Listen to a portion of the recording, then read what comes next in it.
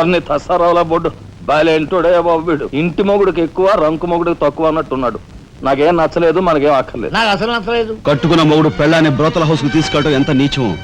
Police officer ఒక పౌరుని ఇలాంటి గూండాల కొంపు తీసుకురావడం అంతకంటే నీచం.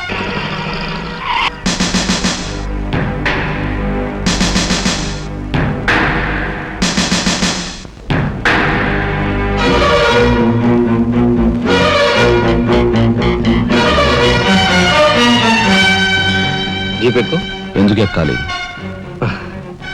It's my request. నీతో చిన్న పని ఉంది. కమాన్.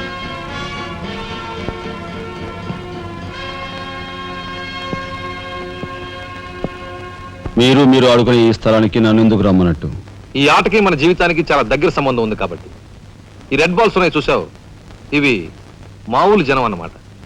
ఇక ఈ pink, blue, black, yellow, brown, green ఇవన్నీ సిటీలో కాస్త పలుకుబడి ఉన్న వ్యక్తులు.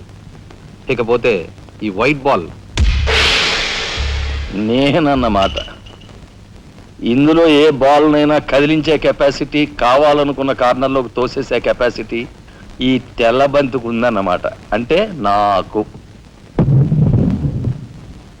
దీన్ని తెల్ల బాలు అంటారు, క్యూ బాల్ అంటారు. ఓహో, ఓసారి క్యూ ఇటిస్తారా? దగ్గరగానే ఉందిగా, తీసుకో. నేను అడిగింది ఆ క్యూని. నువ్వట. రా రా జా జా. వచ్చాను. ఏం కావాలి? నేను అడిగింది ఈ క్యూని, నిన్ను కాదు. ఎంతో శక్తివంతమైన ఈ క్యూ బాల్ను సైతం కదిలించే శక్తి ఈ క్యూకుంది. అంటే నేను ఈ క్యూ లాంటి వాడిని. నీ తసారావుల బొడ్డు ఎస్పీ మా బలెంటోని తెచ్చావయ్యా. నాకు నచ్చాడు. సర్లే, మంచి కెపాసిటీ ఉన్న క్యాండిడేట్. కళ్ళు మూసుకుని ఉద్యోగం ఇచ్చేయచ్చు. చూడబాయ్, నేను చెప్పే ప్రతి పనికి ఓ రేట్ ఉంటుంది. Fixed rate. ఎవరి కష్టాతీత ఉంచుకోరు. Spot payment. ఫైటింగ్కి వెళ్ళావనుకో 1000 రూపీస్. కాలో చెయ్యో తెచ్చావనుకో 5000 రూపీస్. లైఫే తీసేసావనుకో 10,000 రూపీస్ స్పాట్ పేమెంట్. మందు పొందు బేట. ఓకే? అంటే నాకు ఇచ్చేది గూండా ఉద్యోగం కాదు, గవర్నర్ గిరి. చేస్తావా? గూండాయే, కాకపోతే నంబర్ 1 గూండాగా కాస్త రెస్పెక్టబుల్ గా చూస్తావయ్యా. చూడండి, నేను ఫైటింగ్ పెడతాను. ఎప్పుడో చెప్పనా? న్యాయం అన్యాయం అయినప్పుడు. కాలో చేయో తీస్తాను. అదెప్పుడో చెప్పనా? ధర్మం అధర్మం అయినప్పుడు. లైఫ్ తీవాల్సి వస్తే తీస్తాను. అదెప్పుడు? మీలాంటి వాళ్ళు ఇలాంటి వాడు కలిసి బరి తెగించి కిరాతకులైనప్పుడు. ఓర్ని తసారావుల బొడ్డు బాలేంటోడే బాబు వీడు. ఇంటి మొగుడికి ఎక్కువ, రంకు మొగుడికి తక్కువ అన్నట్టున్నాడు. నాకేం నచ్చలేదు, మనకేం అక్కర్లేదు. నాకు అసలు నచ్చలేదు. ఏమిటయ్యా ఇది మంచి చట్టం లేకుండా? ఆ మాట అడగాల్సింది నేను. కట్టుకున్న మొగుడు పెళ్ళాన్ని బ్రోతల హౌస్ కు తీసుకెళ్ళడం ఎంత నీచం. పోలీస్ ఆఫీసర్ ఒక పౌరుని ఇలాంటి గూండాల కొంపు తీసుకురావడం అంతకంటే నీచం. సిగ్గుండాలి.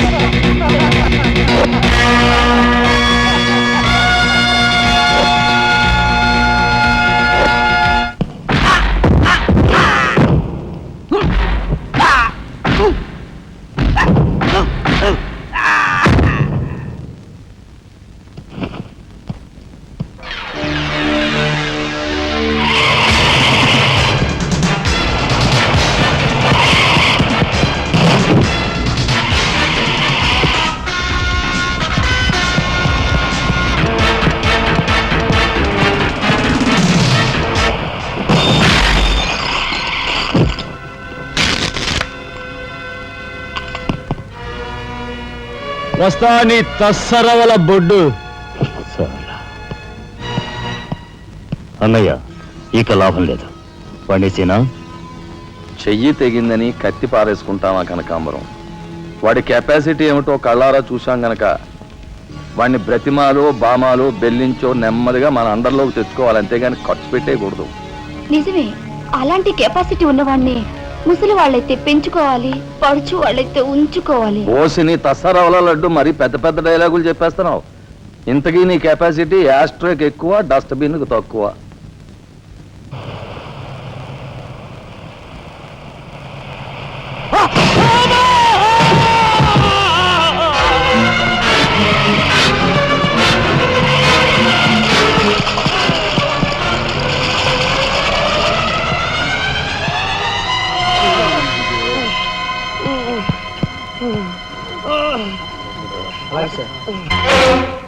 కార్ యాక్సిడెంట్ రేపు పెళ్లి పెట్టుకుని ఇవాళ నువ్వు కార్ యాక్సిడెంట్ చేసావు ఎంత అప్రదిష్ట. ఈ సంగతి పోలీసులు తెస్తే రేపు నువ్వు కూర్చోవాల్సిన పెళ్లి పీటల మీద కాదు, కటకటాల వెనకాల. నువ్వు వెళ్ళిపోయి డ్రైవర్ వచ్చాడో లేదో. కొండయా కొండయా, ఎవరవయ్యా నువ్వు? మీ అమ్మాయి కార్ యాక్సిడెంట్ చేయగా చూసిన మనిషిని. మా అమ్మాయి కార్ యాక్సిడెంట్ చేసిందని చెప్పడానికి ఏమిటి ఆధారం? నాతో పాటు మరో 15 మంది చూశారు, వాళ్ళని తీసుకొస్తాను. బాబా లోపల కూర్చొని మాట్లాడుకుందాం.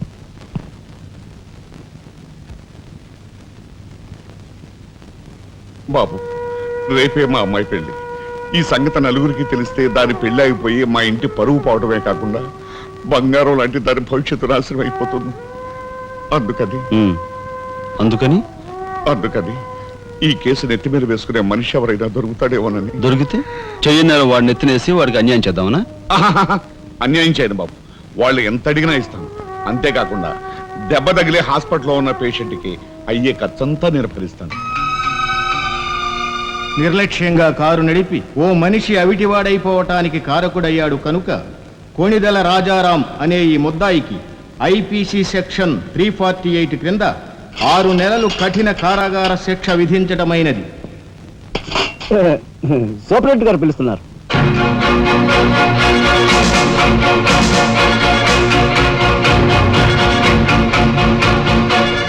సార్ మీరా?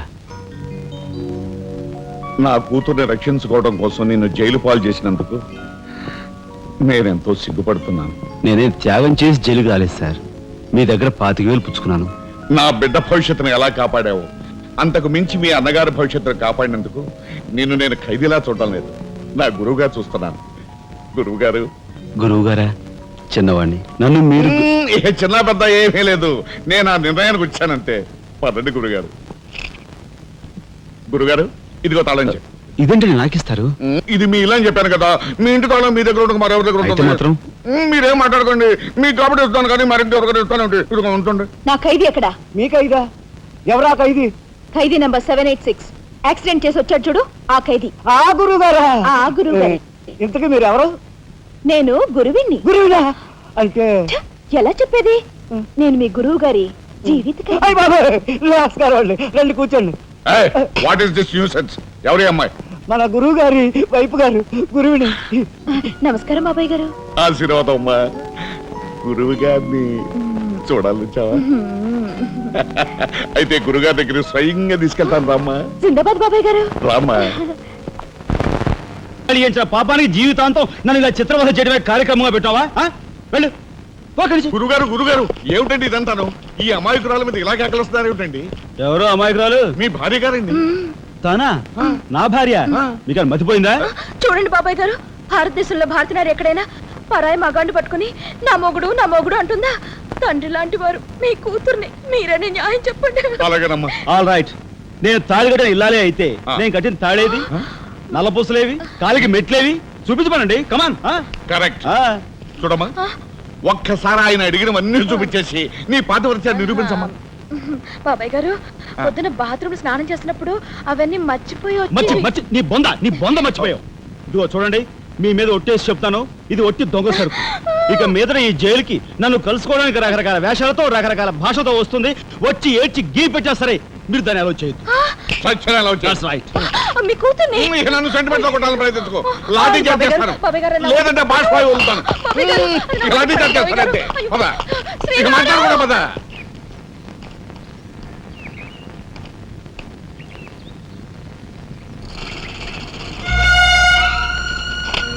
చిరంజీవి రాఘవకు ఆశీర్వదించరాయినది.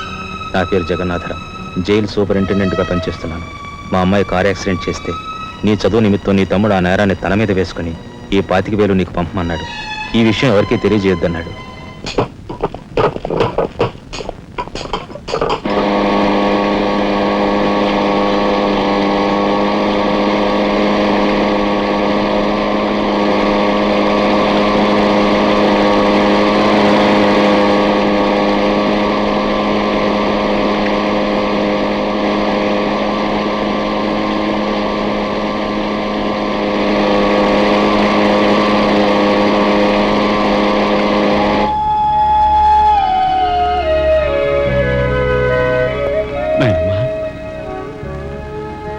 ఒరే చిన్నాడా, ఏమిట్రా ఇది? నేనేం చేయకుండా పని చేయలేదు నాయనమ్మా. అనుకోకుండా యాక్సిడెంట్ చేసి. అవును, చెయ్యని యాక్సిడెంట్ నీ నెత్తి మీద వేసుకుని ఆ పెద్దంటి పరువు కాపాడావు. చిన్నవాడిపైన మా అందరి బరువు నీ నెత్తి మీద వేసుకుని నీ జీవితాన్ని జైలు పాలు చేసుకున్నావు. నాయనమ్మా, ఇదంతా నీకెవరు చెప్పారు? నా మూలంగానే తెలిసింది. నభ్రియాత్ సత్యం అప్రియం అన్నారు, కానీ ప్రియమైన సత్యాన్ని చెప్పకూడదని వేదాల్లో కూడా లేదుగా గురుగారు. చిన్నడా,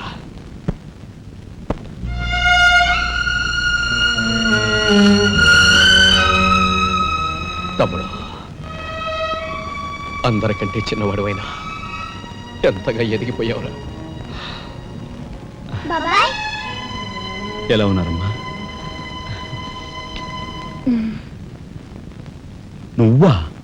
గట్టిగా రోబకయ్య, నిన్ను చూడాలనిపించి మనసుండు బట్టలేక వచ్చేసాను. పెద్ద బాబాయ్కి తెలిస్తే మెడ పెట్టుకుని బయటకు గెంటేస్తాడు. నిన్ను చూస్తే చాలా ముద్దొస్తుంది. అల్లు పని ఓ ముద్దిచ్చి గట్టిగా పట్టుకో. ఇక దగ్గరికి లాగు. నేను కాదు, వాళ్ళ అక్కని. బాబు, ఆ అమ్మాయి ఎవరో కాదు బాబు, మా అమ్మాయి. వస్తాంరా చిన్నాడా, జాగ్రత్త. బాబు పోలీస్ అబ్బాయి, మా వాడిని కాస్త జాగ్రత్తగా చూసుకో. అలాగేనమ్మా. వస్తానురా. ఓకే వస్తానండి. అలాగే వస్తాం బాబు. ఉంటావు వదినా.